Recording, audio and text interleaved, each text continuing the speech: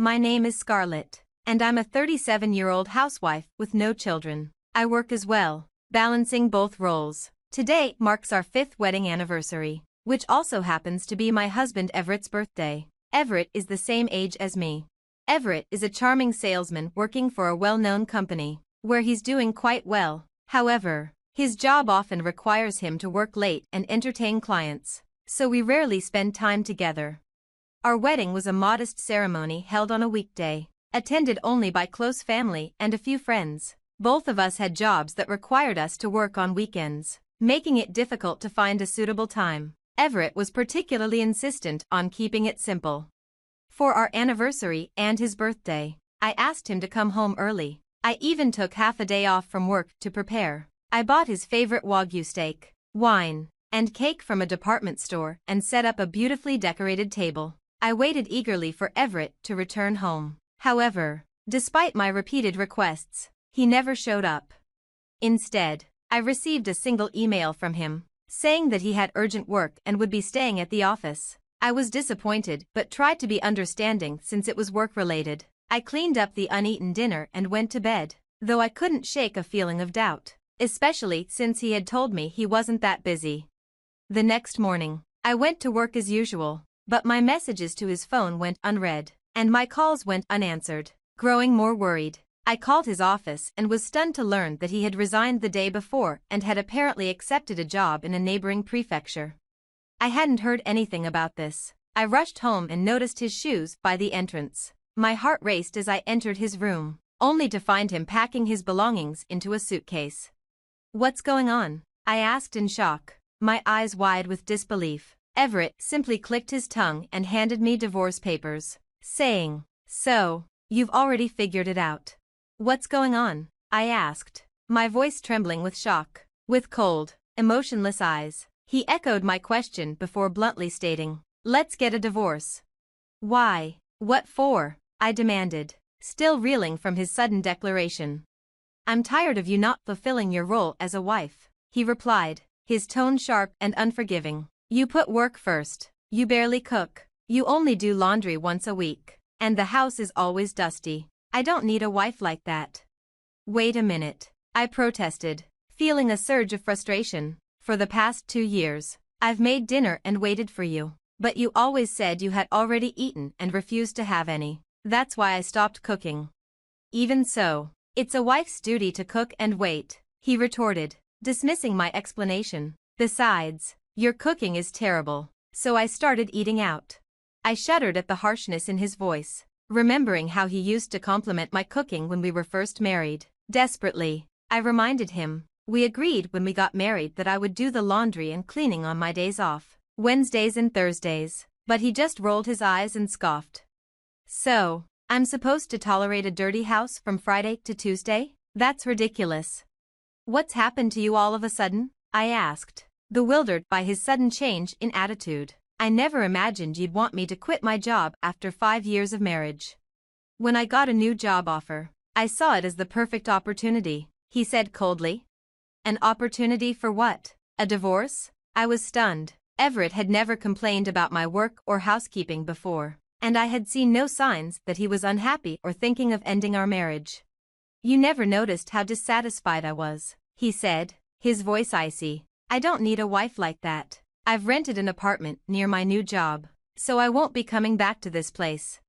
With that, he pushed past me, standing in front of the door with his suitcase, and left the house without looking back. I stood there, utterly stunned, unable to grasp what had just happened. A week later, I attended my high school reunion. I wasn't really in the mood to go, but I had already paid the membership fee. Besides, I hadn't been able to reach Everett since that day, and my frustration was growing with each passing day. I thought the reunion might be a good way to clear my mind. When I arrived, I saw that some of my classmates were divorced or single mothers, yet they were all leading strong and resilient lives. Up until that point, all I had hoped for was to mend my relationship with Everett, but as I thought about it more, I realized that if we reconciled, I would likely have to move with him to his new job location. In that case, staying at my current job would be impossible due to the long daily commute, even though it was just in the neighboring prefecture. On the other hand, After working for 17 years since graduating from junior college and earning a decent salary, it would be nearly impossible to find a job that offered the same income in the new location. Everett had completely shut me out, and I began to wonder if it was time to let go. What made my decision final was a phone call from Everett, pressuring me to move out. We had been living in a rented apartment, where Everett was listed as the primary tenant. The lease renewal period was approaching, and it seemed the real estate agent had contacted him about it. I told them we'd be moving out in a month, so make sure everything is cleared out by then, he said bluntly. I'm still living here, and you didn't even consult me, I protested. His response was cold and dismissive. I'm the one renting it. I don't need to consult you. That was the moment I knew it was truly over. Fine, I'll pack up my things this weekend or next, I replied, feeling defeated. Make sure to get rid of not just your stuff, but everything left in my room and all the furniture, he added, his tone sharp.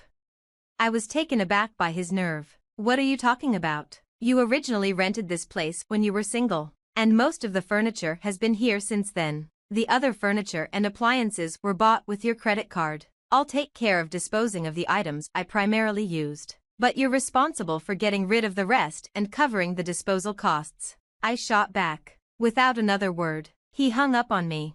I couldn't believe how selfish he was, taking only what was precious to him and leaving the entire cleanup to me. This made me more determined than ever to go through with the divorce.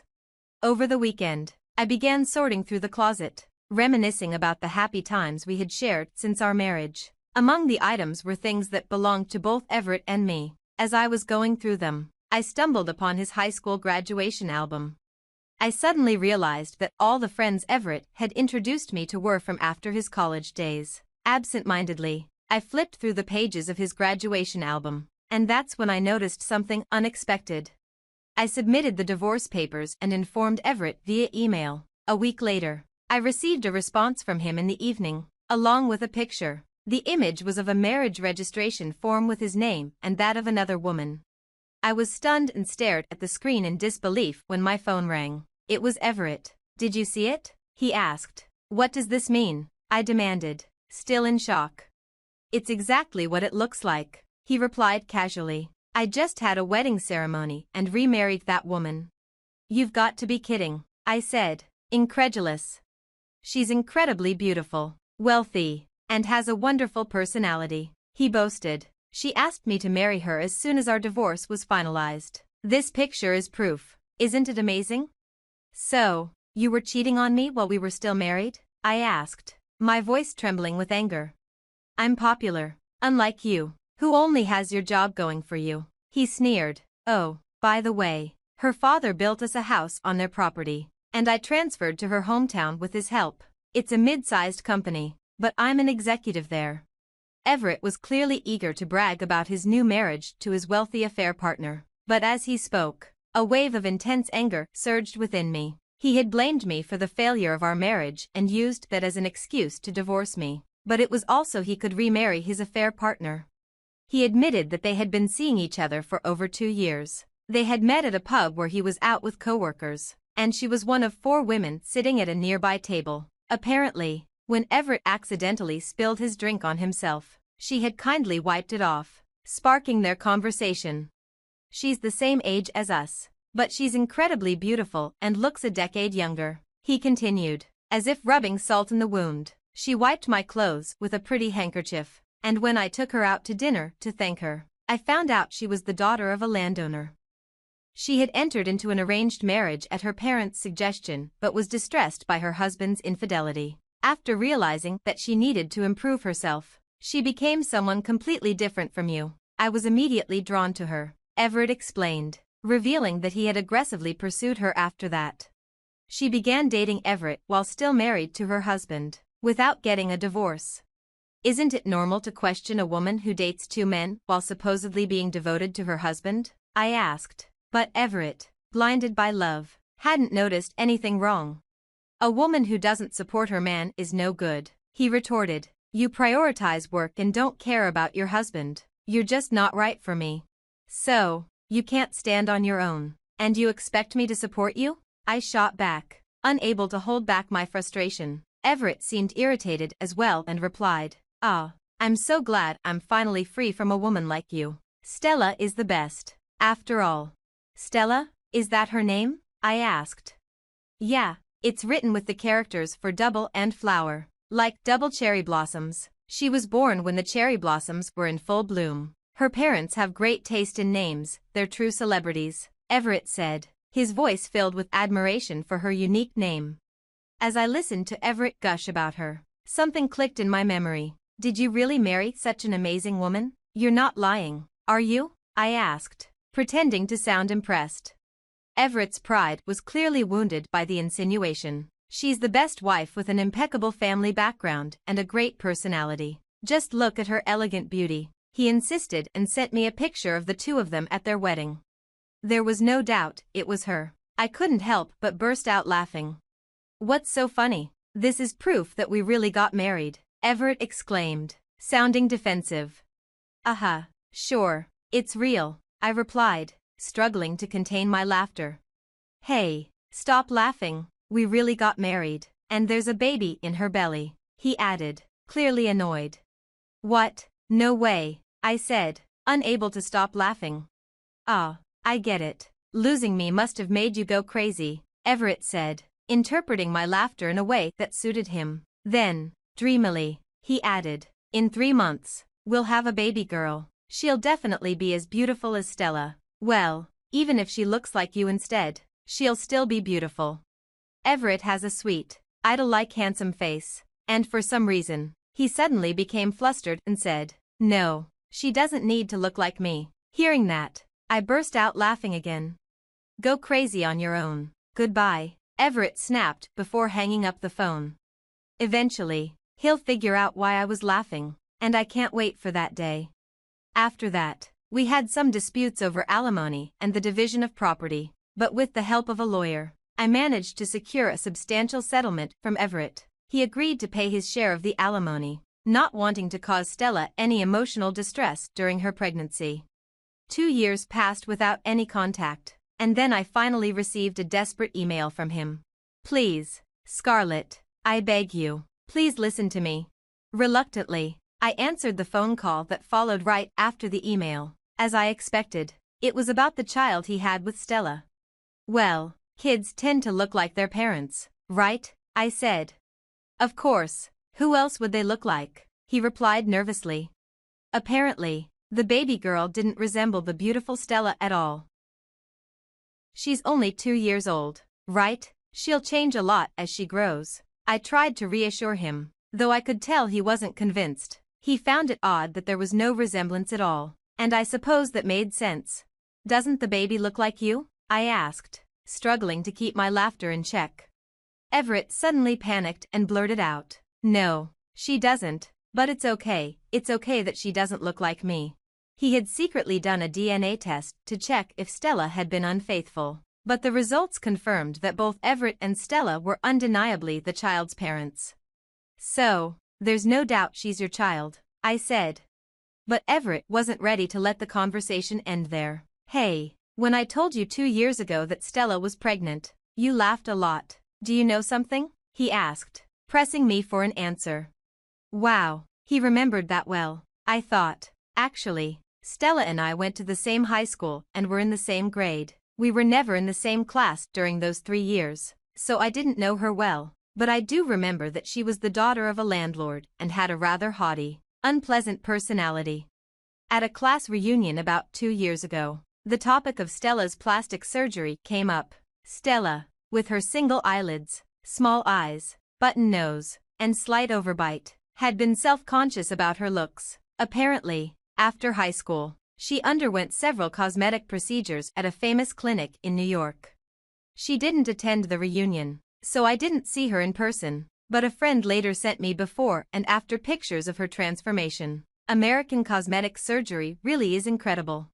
When I told Everett about this, he didn't believe me at first, but then it hit him. He had never seen any childhood photos or graduation albums of hers. Was I deceived? Damn it, he muttered, realizing the truth.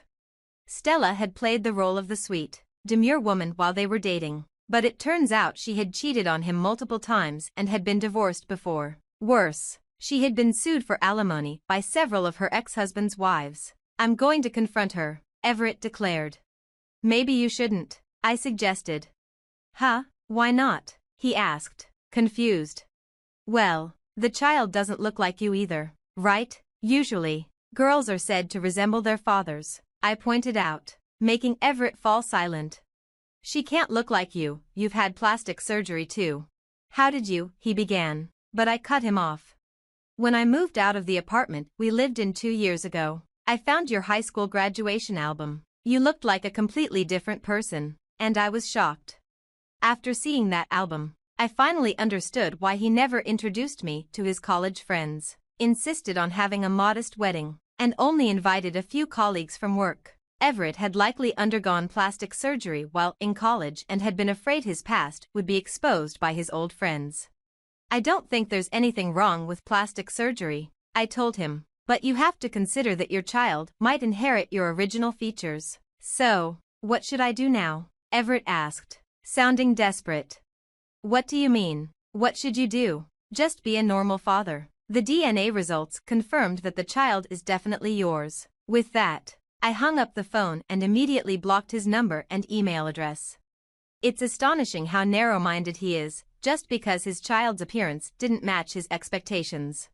A year later, a friend of mine, who has a child the same age as Everett's daughter, showed me a picture of her little one starting kindergarten. The child was adorable. Interestingly, Everett and Stella's daughter didn't resemble either of them after their surgeries. According to my friend, who had become close to Stella, even Stella had expected her child to look more like Everett post-surgery. My friend mentioned that she often had to listen to Stella complain, saying things like, "I shouldn't have given birth to such a child. It's hard to believe how awful they both are." On top of that, it seems Everett has already cheated again. And now Stella is even seeking divorce advice from my friend. Everett is such a fool. If they do end up getting divorced, he'll be stuck paying alimony and child support. And considering Stella's wealthy background, who knows how much she could demand if she gets a good lawyer. What's worse is that, according to my friend, even the local kids know about Stella's plastic surgery, and they've started excluding her daughter at kindergarten, telling her, "Your mom is actually ugly." It's a small comfort that Stella's parents seem to love their granddaughter, but it's truly sad for the child. Still, it's none of my business anymore. As for me, I managed to rent an apartment in a location that's convenient for commuting. With the shorter distance, I can now clean and do laundry after work, leaving my days off completely free to enjoy my own interests. I've also rekindled a friendship with a divorced classmate I reconnected with at the reunion, and I'm enjoying a leisurely and fulfilling life.